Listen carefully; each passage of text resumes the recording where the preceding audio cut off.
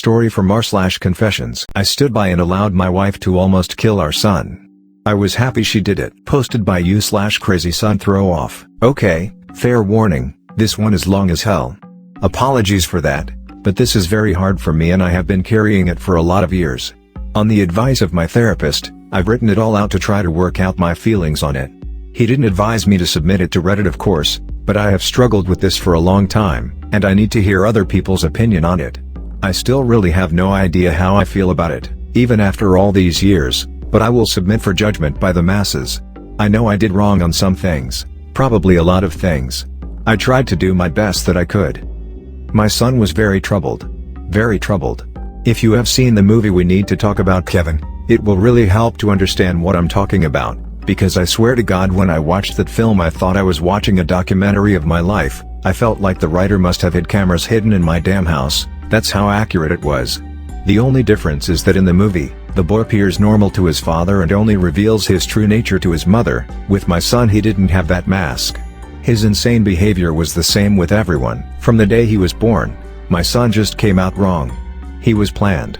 My wife and I tried to get pregnant and were ecstatic when he was born. He was wanted and loved. We showered affection on him and really tried to give him a happy childhood. But from the day we brought him home from the hospital, he was miserable. He cried for 13 months straight.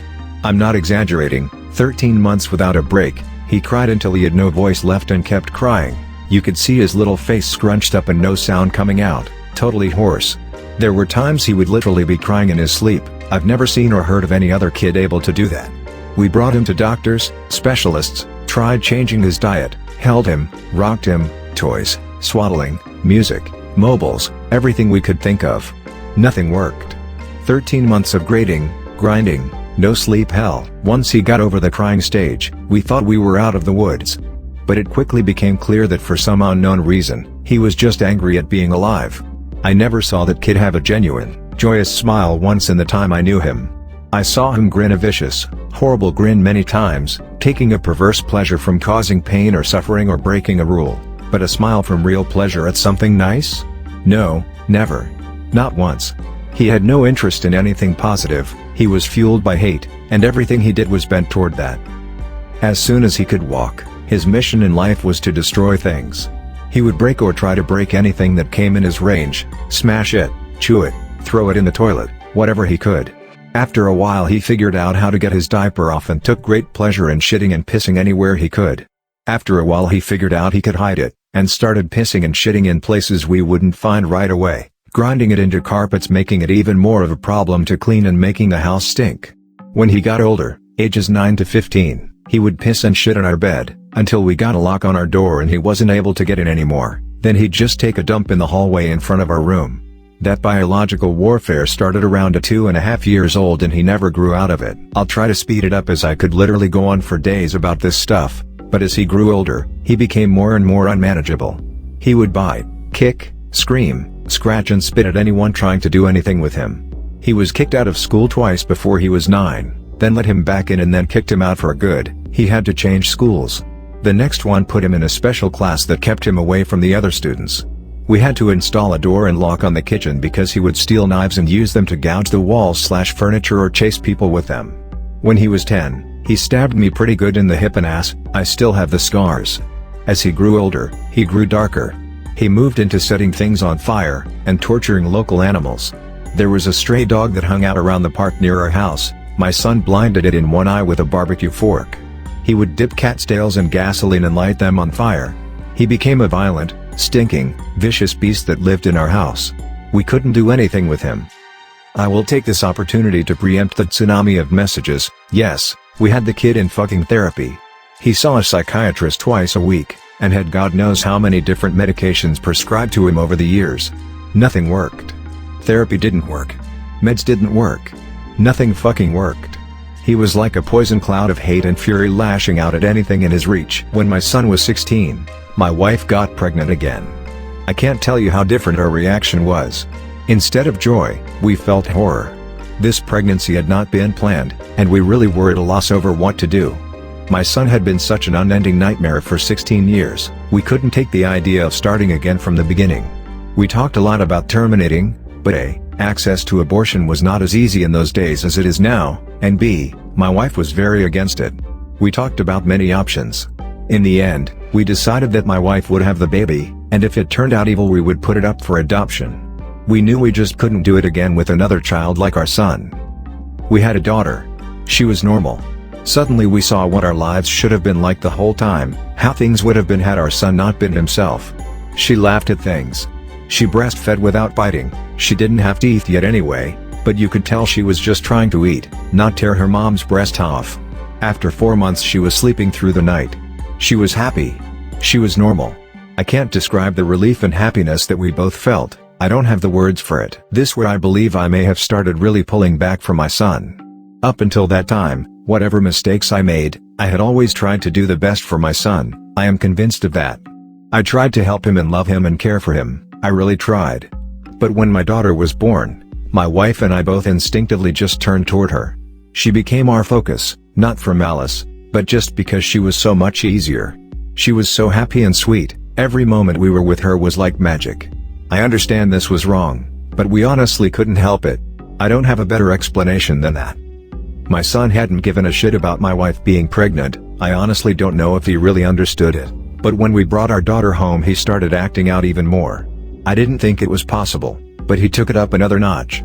At this time he was 17, and we were having blowout screaming matches daily. Usually after we fought, he would storm out of the house and disappear for hours at a time, or come back the next morning. It was a relief. I started to actually look forward to our fights because it would get him away from us for a while. After the birth of our daughter, my relationship with my son was almost entirely gone. Our only real interactions were screaming at each other.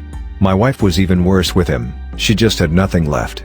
By that time, if our son even came into the same room as her, she would just stop whatever she was doing and start screaming, "Get the fuck away from me. Get away. Get the fuck out." Until he left. He started spending more and more time out of the house, which was a blessing for us. I have no idea what he got up to out in the world, but we were just happy it wasn't being inflicted on us. As a consequence of our son's behavior, we had invested heavily in locks around our house. All of the cheap, thin interior doors in our home had been replaced with thick, dense wood doors that couldn't be kicked through, equipped with keyed locks that my wife and I carried keys to. I know it sounds extreme, but locks and heavy doors were the best way we had found to create safe spaces from him. And again, before I am inundated with messages, I was not locking my son in rooms like a prisoner, he had free reign of the house and could come and go as he pleased.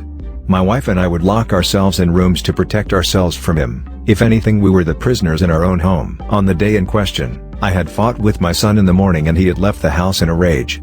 My wife and I were enjoying some peace and quiet in the kitchen while our daughter napped in our bedroom. And then my daughter began crying.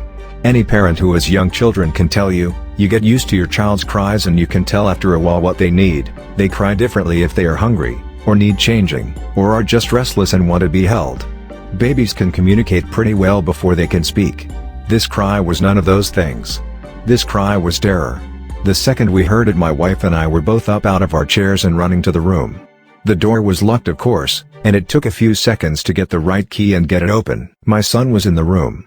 We lived in a bungalow, and the bastard had climbed in the window to get to her. He was standing over her crib with a steak knife in his hand. I have no idea where he got it, it wasn't one of ours. We controlled our knives very carefully and always kept them in locked drawers. I think he may have stolen it from one of our neighbors' houses. He had broken her skin twice already, once in the belly area and once on her arm. I could see blood running down. When I entered the room, he was dragging the back of the knife down her face, not cutting, almost tickling her with it, teasing her while she screamed. He looked up at us and smiled. Before I knew what I was doing, I was already moving, running to put myself between them. I didn't think about it, I just moved instinctively. Even with that, my wife got there faster. It was like a movie on fast forward. She got to our son and bashed his hand away, knocking the knife across the room, and then shoved him with her whole body weight, so hard that he flew away from the crib and bounced off the wall. I picked up my daughter and held her while my wife screamed us. I could see her shaking, almost convulsing. I can remember the smell of the room, the sound of my daughter screaming and wailing. The look on my son's face as he stood there. Just nothing. Blank, dead, there was nothing in his eyes, no emotion. He looked like an alien to me. I watched my wife take a step toward him. I could have reached out and stopped her, but I didn't. She stepped forward again, very close to him. I could have stopped her again, but I didn't. She waited, looking at him for maybe 3 to 5 seconds without moving. And then she punched him in the face. Now until this point, you may have been picturing my wife as a typical woman, small frame, dainty, delicate. This is not the case. My wife does have a small frame, but dainty and delicate she is not, never has been since I've known her. Since her early teens, my wife has been a boxer. MMA didn't exist back then, but karate and boxing were big in those days, and my wife was a very talented amateur. She was about 130 pounds, she carried a lot of muscle and she knew how to punch. I had 70 pounds on her back then, and I have no doubt that in a real fight between me and her she could have and would have pounded me flat.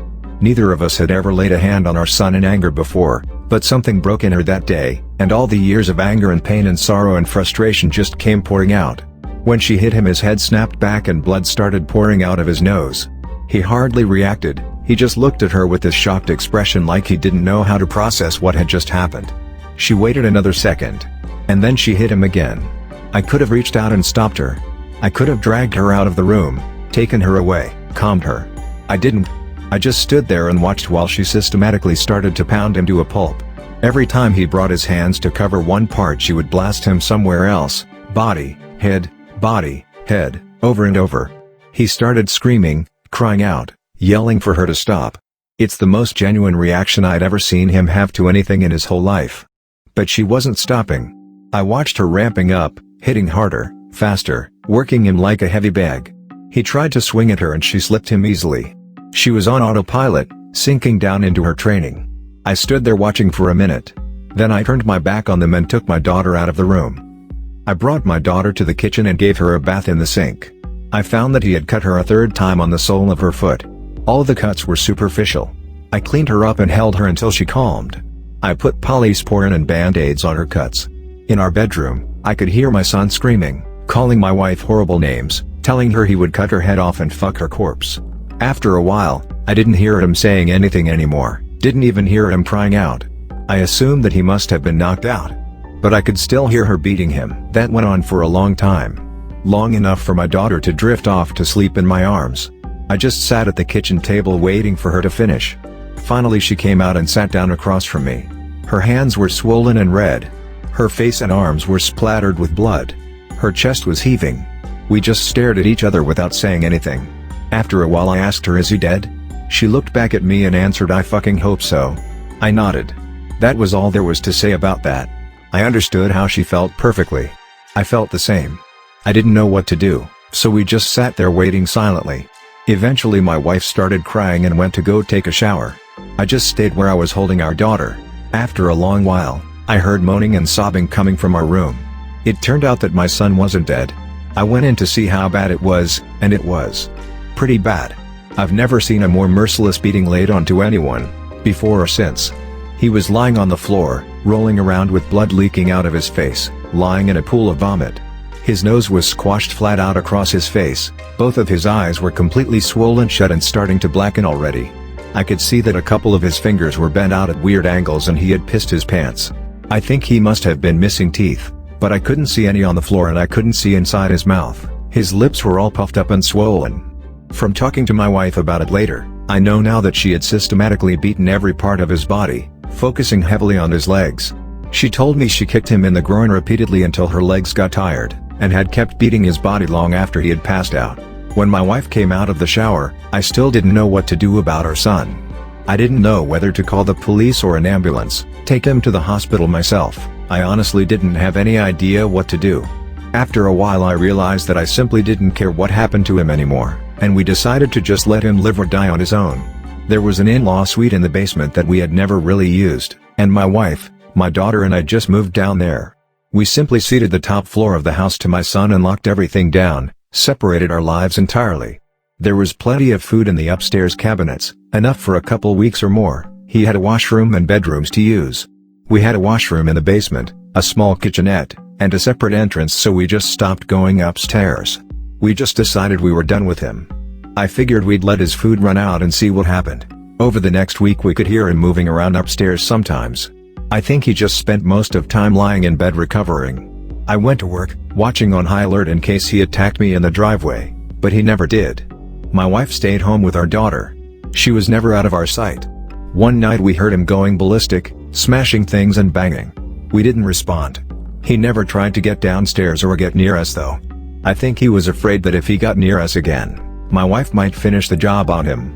After 3 weeks down in the basement, we hadn't heard anything from up above for a few days, and I ventured upstairs to the main floor of the house. The place was demolished, and there was no sign of my son. He was gone. It took months to repair the damage he had done and get the main floor back to normal again. There was food and shit smeared all over the walls and broken glass on the floor, big holes in the drywall. He had ripped the place apart. He tore up the linoleum in a corner of the kitchen and emptied an entire foam fire extinguisher into the living room. I feel thankful that he didn't burn the house down with us in it. I'm honestly not sure why he didn't. The kid wasn't shy about lighting things on fire. After that, I lived in fear every day that he would come back, that he would ambush us out of the blue and try to kill us. We moved house about 3 years later and I finally stopped being afraid that he would show up again, as now he had no idea where we were. I finally felt safe from him. All this happened a long time ago. My son was born in the spring of 1971. My daughter was born in '88. I'm an old man now, I'll be 70 this year, and my wife passed from cancer in 2016. My daughter is 31 now. I moved in with her and her husband after my wife passed. I've got 2 granddaughters and they are the joy of my life. I see a therapist a couple times a month to talk about all this. I don't know where my son is. The last time I saw him was when he was lying on the floor of our bedroom, bleeding and smashed. I haven't heard from him since he left, more than 30 years now. I don't want to. I carry a lot of guilt from that time, and a lot of conflicted emotions. I didn't beat him myself, but I allowed him to be beaten, and I thought he deserved it. I was happy it happened. I didn't try to kill him, but I would have been happy if he died. I will say that I do hope he was able to overcome his demons and go live a normal life somewhere. If he wasn't able to do that, if he stayed the way he was, then I truly do hope someone out there killed him. When I knew him he was a rabid dog, and whichever way it went I just hope he isn't still out there hurting anyone else. Thanks for watching. Please do like, share, comment and subscribe for more videos.